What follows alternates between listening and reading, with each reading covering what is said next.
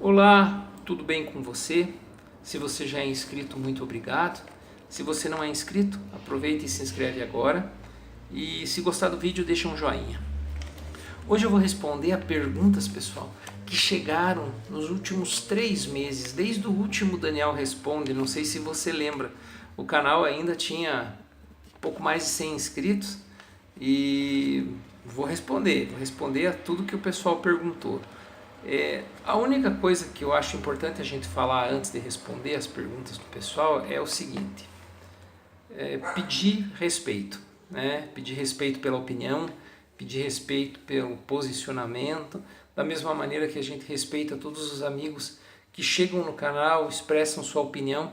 Eu espero que essas pessoas, esses amigos, possam respeitar os meus pontos de vista. Respeitar não significa concordar, mas respeitar significa discordar, mas ter argumento para fazer isso.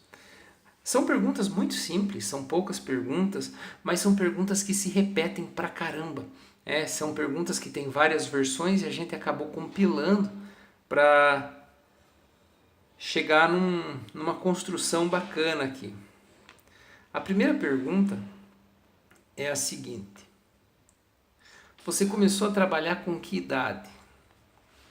Eu comecei a trabalhar com 14 anos de idade, numa farmácia e como office boy. Trabalhei dos 14 anos até os 17, ou 16, 17. Por 3 anos eu trabalhei nessa farmácia.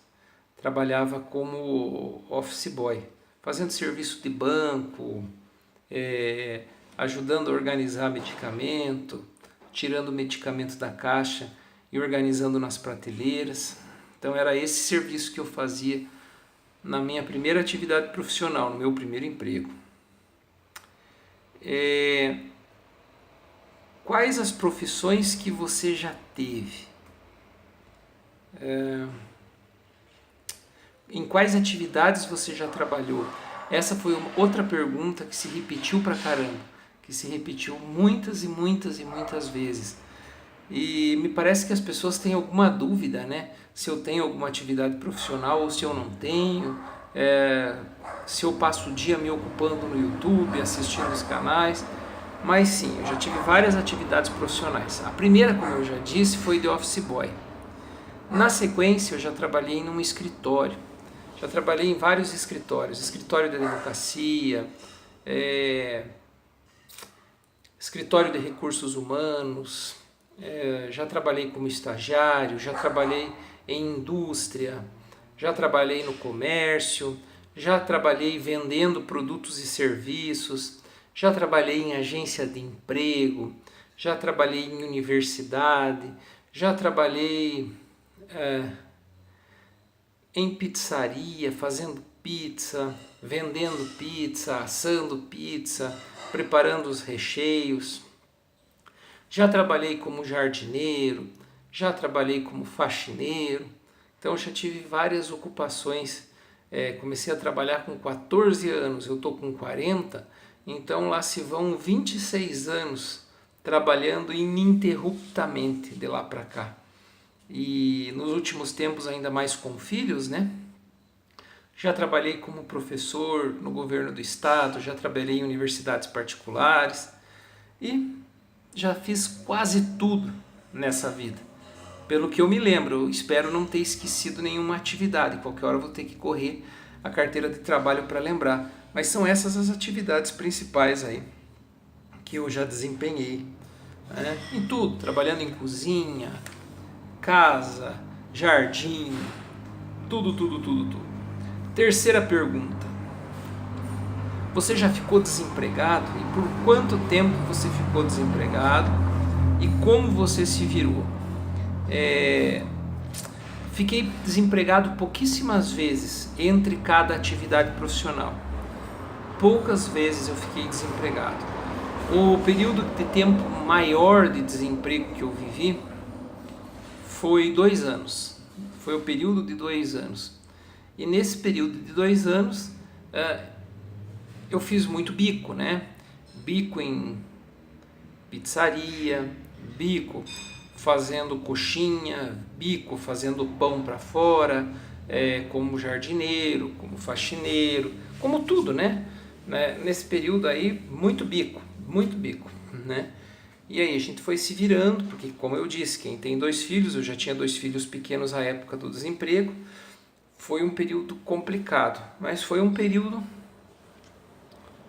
ao mesmo tempo abençoado, foi abençoado, porque é uma coisa engraçada, só um caminho, nunca faltou nada, e eu lembro que no finalmente do período de desemprego, que depois que eu já havia feito um concurso público, já havia sido aprovado e estava esperando a convocação, numa das últimas compras, assim, que já não tinha mais nada, quase mais nada, eu lembro assim, que nós tínhamos acho que 4 hambúrgueres, 4 hambúrgueres, 4 peças, né, do hambúrguer, acho que nem pão tinha hambúrguer, acho que tinha um pepino, alguma coisa assim, e a Fernanda havia feito os hambúrgueres, havia dado janta para as crianças, alguma coisa assim, e eu havia saído, acho que eu havia ido à igreja naquela noite e ela tinha ficado em casa com as crianças pequenas. Quando eu voltei, tinha meu hambúrguer, metade de um hambúrguer, e ali eu já estava meio preocupadão, pensando, meu Deus do céu, o que vai ser, né? Como é que vai ser? E, se eu não me engano, no dia seguinte já chamaram para assumir um concurso público. E aí no dia seguinte a gente precisou rapidamente mudar de cidade, etc. E a gente fez isso tranquilamente. Você acredita na vida em outros planetas? Você acredita em vida extraterrestre? Acho que essa pergunta até eu já respondi em outra ocasião, se eu não me engano. Eu acredito sim em vida extraterrestre. Principalmente tendo em vista que eu acredito na materialidade de muitas coisas espirituais, assim, sabe? Então eu acredito que, por exemplo, que Deus viva num determinado planeta, né? Que a turma do céu vive lá naquele planeta físico. Eu acho que essas coisas existem. Eu acho que tem muitas outras coisas aí que a gente vai descobrir com o passar do tempo. Cara do céu, olha essa pergunta aqui. Você já teve experiências sobrenaturais? Eu não sei explicar se sim, não sei explicar se não. Já conheci pessoas muito inspiradas, já conheci pessoas que me disseram coisas que eu não sabia e depois se confirmaram. Inclusive em relação aos meus filhos. Já passei por determinadas situações, por exemplo, assim, de numa ocasião precisar viajar à noite, e uma cerração muito forte, eu não enxergar um palmo na frente do nariz, mas precisar viajar e sobre o carro ter uma luz projetada de cima para baixo. Simplesmente eu não sei explicar isso até hoje, mas assim, não sou uma pessoa que tem uma vivência, uma experiência muito objetiva com essas coisas, não. Tanto que eu acompanho um dos canais que eu mais gosto, que é o da amiga Nena Chinaglia. Não sei se vocês já tiveram a oportunidade de vê-la aí pelos comentários. E ela é uma pessoa de uma sensibilidade extrema.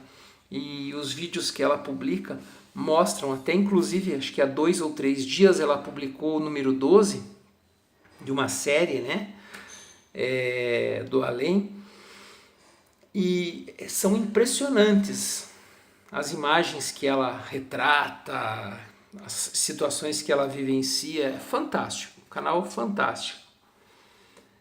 Afinal, você é crente ou não é? E como você defende a causa LGBT? Bom, acho que são 2 coisas separadas, né? Primeira coisa, eu tenho a minha fé, que é minha fé. Essa é uma questão, é a minha fé. E segunda questão é a questão das agremiações, das associações, das instituições. Eu tenho uma dificuldade muito grande em entender qualquer pessoa que seja, né, que aluga uma casa, aluga um ponto comercial e passa a acreditar que aquele ponto comercial que ela alugou, aquela instituição, aquela agremiação, aquela empresa que ela fundou, por alguma razão se torna a casa de Deus ou tem alguma relação direta com Deus. Eu acho que as pessoas são a casa de Deus. Eu acho que Deus habita dentro de pessoas. E eu acho que a gente serve a Deus servindo as pessoas. A partir do momento que você serve as pessoas, você serve a Deus. Essa é uma questão de opinião pessoal minha. Sobre a questão da população LGBT. Isso é uma opinião minha também, não é uma opinião de nenhuma agremiação, de nenhuma instituição, de absolutamente ninguém. Se você considera a população LGBT uma população necessariamente pecadora, você tem que considerar pessoas acima de 1,70 m, que é a altura média da população brasileira, pecadoras. Você tem que considerar pessoas abaixo de 1,70 m, que é a altura média da população brasileira, pecadoras. Então, sujeitos altos e sujeitos baixos são pecadores, né? Pessoas acima de 85 quilos ou abaixo seriam pecadoras.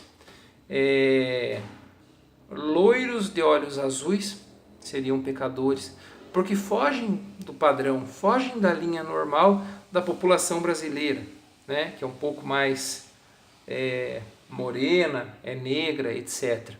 Então me parece que fazer uma relação entre alguém que está fora da média padrão com um pecado, parece que me foge.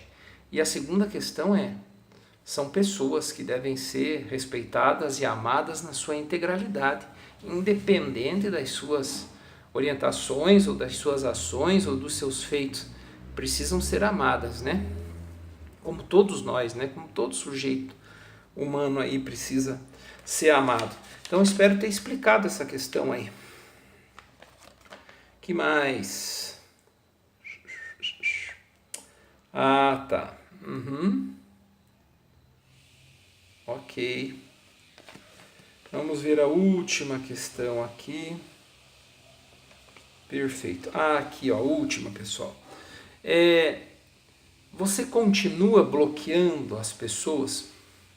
Por um tempo eu bloqueio, depois eu desbloqueei geral. Aí o que acontece, pessoal?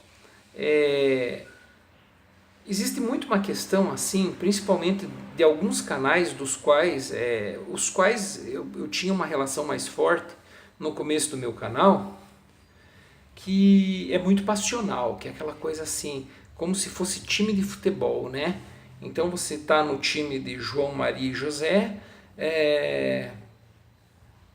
uma eventual outra ala lá odeia você.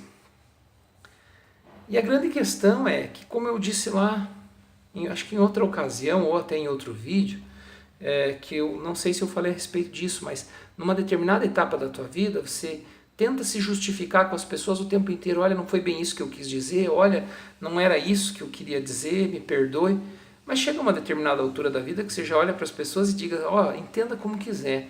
E me parece que quando as pessoas estão envolvidas muito apaixonadamente com determinadas questões, com determinados canais, sendo chats de A ou de B, ou que você tem que estar do lado A ou do lado B, elas entendem tudo que você diz seja como provocação, seja como retaliação, seja como resposta. Então meu objetivo maior ao bloquear novamente dessa galera é dizer assim, olha, eu não quero contato com esse povo que eu bloqueei, não quero, sabe?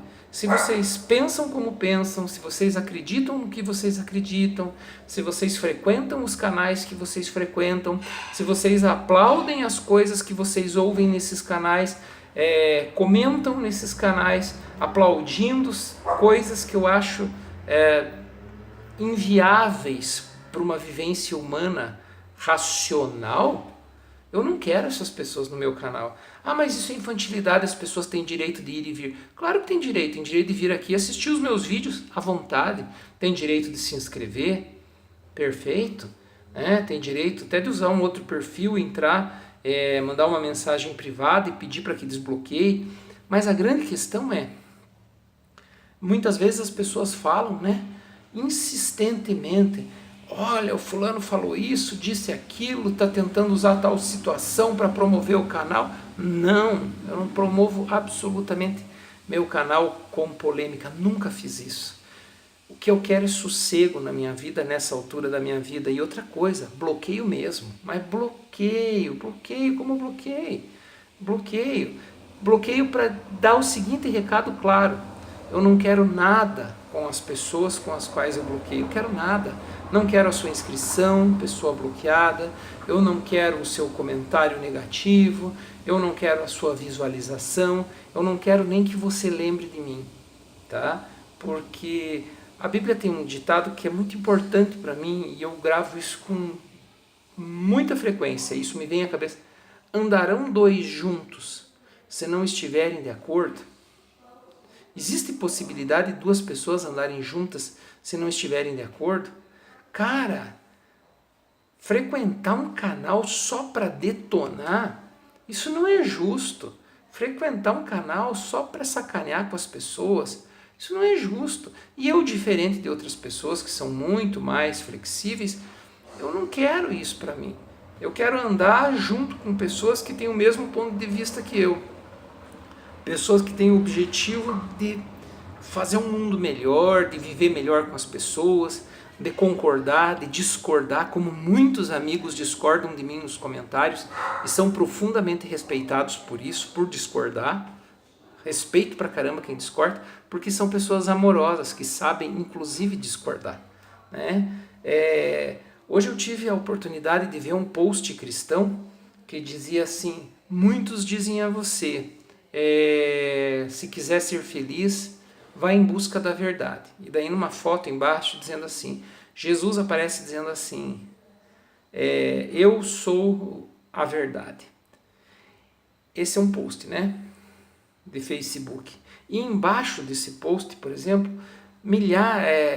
centenas de haters comentando que aquilo é deboche de outras religiões, que aquilo é uma atitude preconceituosa. E eu fico pensando, né, não é na minha opinião.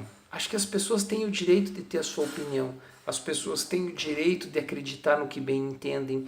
E as pessoas têm o direito de serem respeitadas por aquilo que acreditam, né? Ou da maneira que acreditam. E eu acho que ter direito, mesmo que você não concorde, respeite as pessoas. Esse é um ponto de vista meu.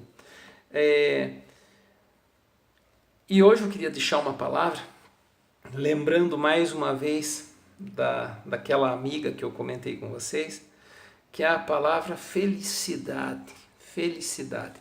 Se você chegou comigo até essa altura do vídeo, comente lá, põe lá só, felicidade. Porque é isso que me traz a oportunidade de estar batendo um papo com vocês praticamente todos os dias. Gosto muito de poder ter esse momento de compartilhar com vocês. Tá bom, pessoal? Quero deixar meu abraço, quero deixar meu carinho, tamo junto e a gente se encontra na sequência. Falou? Tchau, tchau.